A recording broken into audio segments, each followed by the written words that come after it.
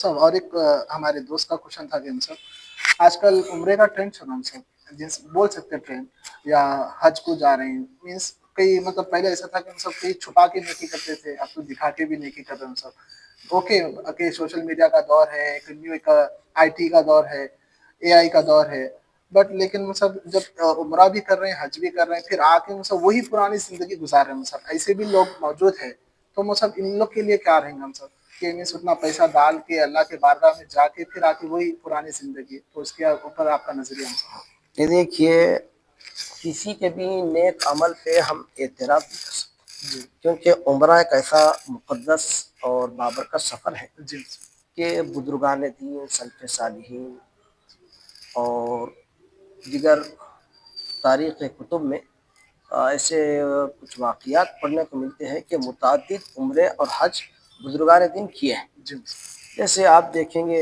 इमाम आज़म अलैहि रहमतुर रिज़वान ज़िंदगी में बेशुमार हज फरमाए और इमाम मालिक रहमतुल्लाह अलैह एक ही हज किए।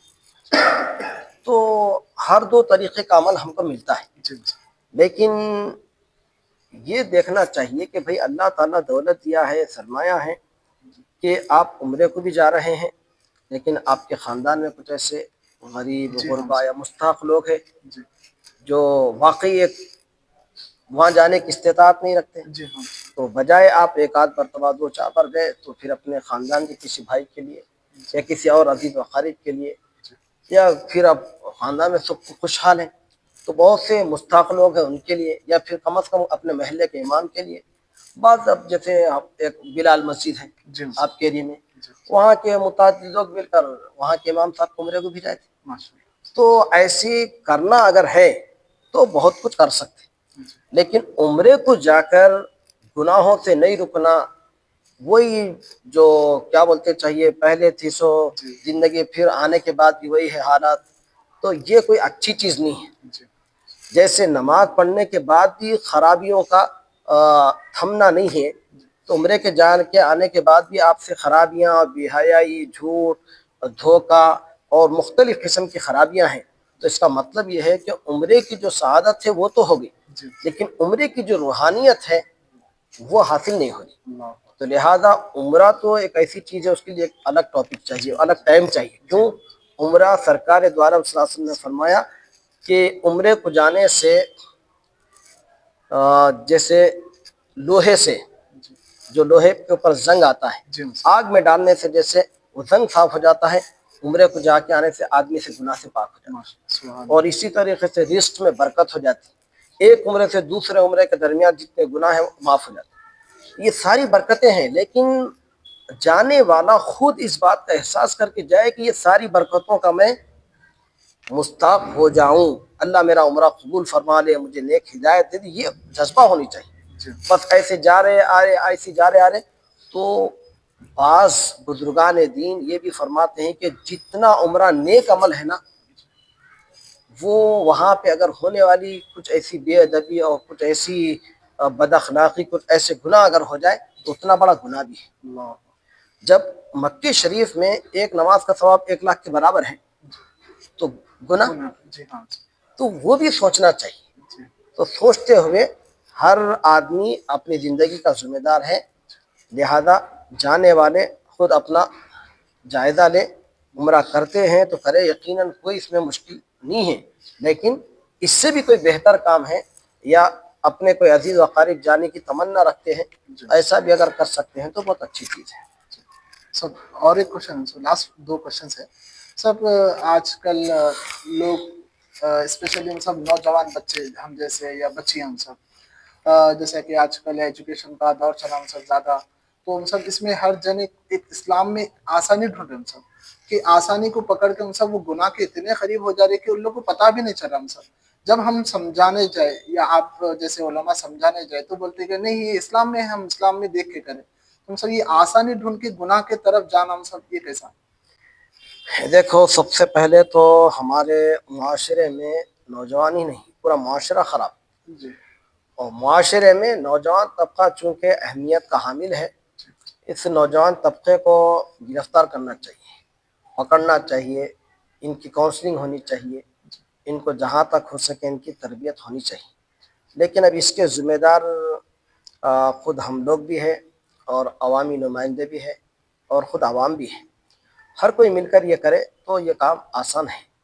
اور دین اسلام یقیناً دین اسلام آسان ہے.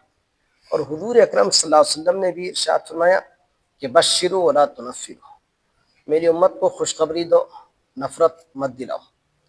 تو اب اس کا مطلب یہ نہیں کہ آپ خوشخبری کی دھن میں اتنا جو ہے سو دین سے نکل جا رہے کہ جو سمجھ میں آیا کر لے رہے، ایسا نہیں. قرآن مجید میں اللہ تعالیٰ جہاں پہ غفار ہے، رحیم ہے، رحمان ہے، وہیں اللہ تعالیٰ قہار بھی ہے، جبار بھی ہے. قرآن مجید میں جہاں پر بشارت کی آیتیں ہیں وہاں پر عذاب کی آیتیں بھی ہیں. تو مسلمان اپنے دین کو خود سمجھ کے برائی سے دور ہو اور اچھائی کی طرف آگے بڑھے. اب یہ نوجوان طبقہ چونکہ اسلام پہ عمل کرنا چاہتا ہی نہیں، تو یہ نوجوان طبقے کو کوئی روک نہیں سکتا.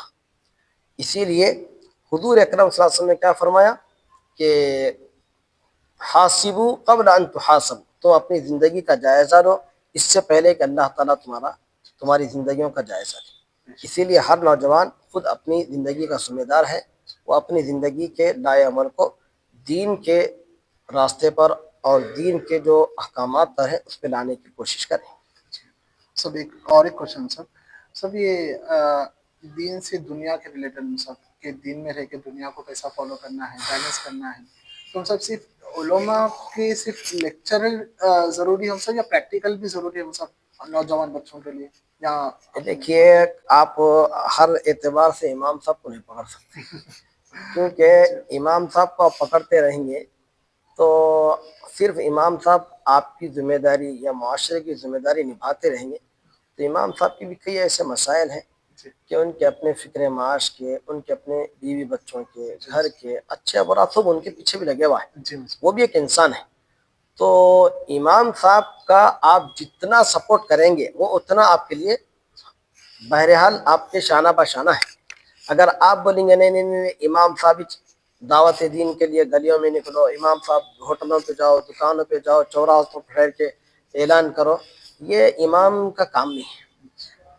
امام کا آپ سپورٹ دو، امام کو آپ بیٹھ کے آپ ایک پروگرام رکھو اور آپ جیسے نوجوان 15 20 10 50 بچے جمع ہو کے آپ راؤنڈنگ پہ جاؤ، نوجوانوں کو پبلک کو بلاؤ، لا کے بٹھاؤ. امام صاحب 1 گھنٹہ وہ تو بیان کرتے، لیکن اب یہ امام صاحب کو آپ لے کے ہر جگہ پھریں گے بولے تو وہ بھی ٹائم دے سکتے ہیں لیکن آپ جتنا ٹائم دے رہے وہ اتنا نہیں دے سکتے. کیوں؟ ان کے بھی اپنے بہت سے مسائل ہوتے ہیں. اسی لیے ہم بھی پروگرامز کرتے، ربیع الاول میں 12 کرتے، 11ویں میں 11 کرتے، ماشاءاللہ سے محرم میں 10 روزہ کرتے.